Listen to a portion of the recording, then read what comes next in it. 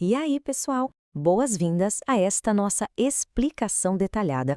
Hoje a gente tem aqui um resumo prático, fantástico, elaborado especialmente para revisar e consolidar de vez o metabolismo de lipídios. A ideia é embarcar numa jornada incrível, saindo lá das reações minúsculas dentro das nossas células e indo até o impacto sistêmico no corpo inteiro. Vamos estruturar tudo de um jeito super claro e direto, focando exatamente naqueles conceitos que despencam nas provas de fisiologia e bioquímica, certo? A gente vai construir juntos uma base impossível de esquecer. Então, vamos lá! Dando uma passada rápida na nossa agenda. Primeiro, transdução de sinal celular. Depois, a cascata enzimática intracelular.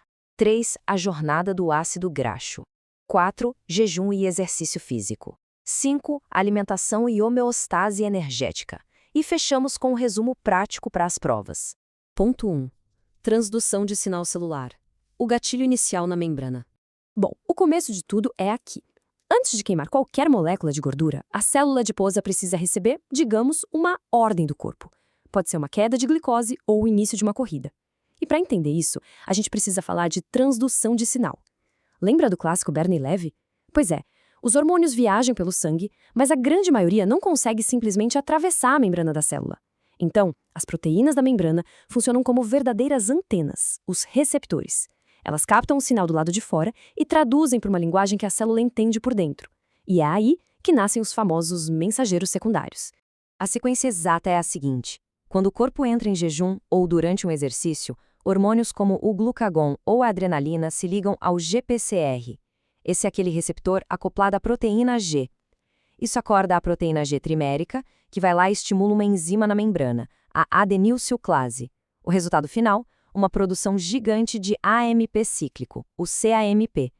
Gente, vale a pena anotar essa sequência, porque ela é basicamente o alicerce da fisiologia celular e sempre cai em prova. Para ficar ainda mais visual, pensa no hormônio como um carteiro. Ele traz uma mensagem urgente, mas ele não entra na casa, certo? Ele só deixa a carta na caixa de correio, que seria o receptor ali na membrana. Já o AMP cíclico, bom, ele é tipo uma mensagem no grupo de WhatsApp da família. Assim que a carta chega, essa mensagem é disparada instantaneamente para todos os cantos da célula, avisando as máquinas internas que é hora de trabalhar. Espalha super rápido. Ponto 2. A cascata enzimática intracelular. Destrancando a gota de lipídios. Agora que o grupo do WhatsApp da célula foi notificado pelo hemicíclico, a gente precisa ir até o cofre para sacar essa energia. Olhando para dentro do adipócito, a gente tem essa estrutura enorme, a gota de triacilglicerol. Só que ela não está lá solta de bobeira. Ela fica cercada por uma barreira de segurança feita por proteínas, as perilipinas. Em situações normais, essas perilipinas são como portões trancados mesmo, não deixam as enzimas, as lipases, chegarem perto da gordura. E como a gente abre esse portão? O nosso mensageiro, o AMP cíclico, ativa uma enzima-chave, a proteína quinase A, a PKA. O trabalho dela é colar grupos fosfato nas coisas, um processo chamado fosforilação. Ela fosforila a prilipina, destrancando o portão da gota, e também fosforila a lipase sensível ao hormônio, a HSL, deixando ela ativada. A partir daí, é uma coreografia perfeita. A enzima ATGL dá a primeira tesourada no lipídio, depois a HSL entra em cena para a segunda tesourada, e detalhe importantíssimo, esse é o passo limitante de velocidade, é o gargalo da reação. Por fim, a enzima MAGL dá a última tesourada, liberando a energia toda. Ponto 3. A jornada do ácido graxo.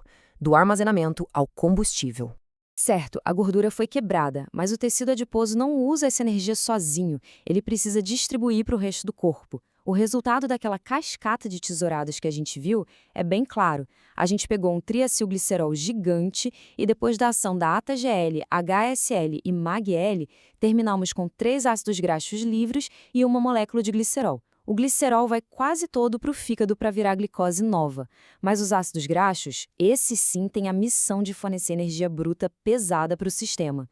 E a viagem do ácido graxo é uma verdadeira saga. Ele sai fisicamente da célula de gordura, mas tem um problema. Gordura e água do sangue não se misturam. Então ele pega uma carona vital se ligando à albumina sérica. A albumina é tipo um táxi, levando esse combustível pelo plasma até achar, por exemplo, um músculo trabalhando duro. O ácido graxo entra na célula muscular e viaja até a mitocôndria. Lá, ele vai sofrer a beta-oxidação e finalmente virar a moeda de energia do corpo, o nosso ATP. Ponto 4. Jejum e exercício físico. Mudanças metabólicas impulsionadas pela demanda. Trazendo a lupa para o cenário macro, a gente precisa separar dois grandes momentos de demanda do corpo. De um lado, o repouso em jejum, tipo de manhã cedinho antes de comer.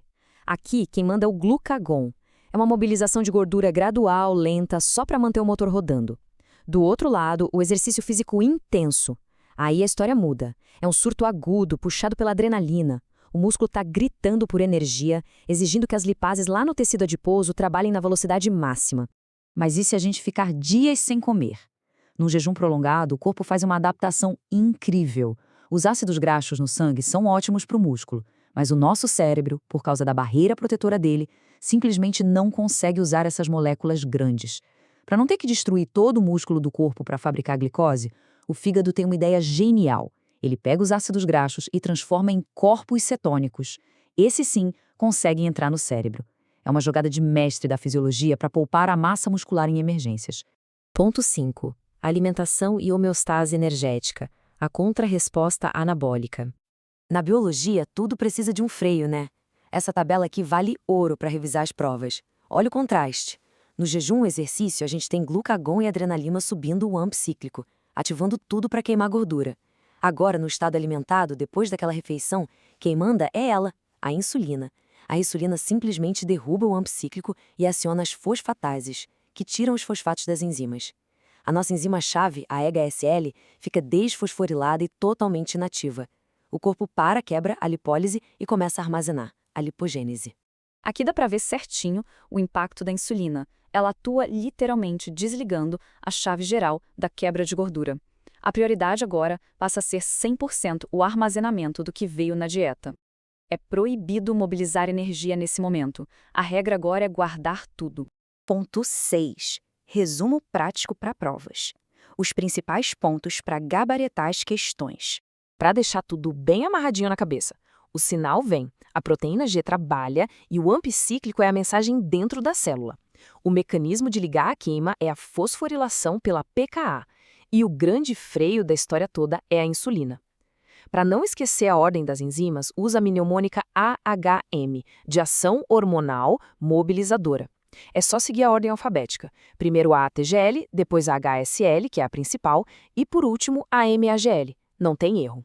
Um detalhe direto da literatura que faz muita diferença: a falta de insulina é tão necessária para a queima de gordura quanto ter glucagon no sangue. A insulina é tão potente que ela não só desativa a enzima tirando fosfato beta, ela vai lá no nível genético e suprime a criação de novas enzimas ATGL. É um bloqueio duplo fortíssimo. E para a gente fechar com uma reflexão que une tudo. Se a insulina é o grande freio, o que acontece numa resistência grave à insulina, tipo no diabetes tipo 2, onde as células adiposas ficam surdas para esse sinal? Exatamente, o freio quebra. Os ácidos graxos começam a vazar para o sangue sem nenhum controle, inundando o fígado e bagunçando completamente o metabolismo inteiro. Entender perfeitamente o saudável, como a gente fez agora, é o verdadeiro segredo para compreender as doenças metabólicas. Espero que tenha ficado tudo super claro. Bons estudos para todo mundo!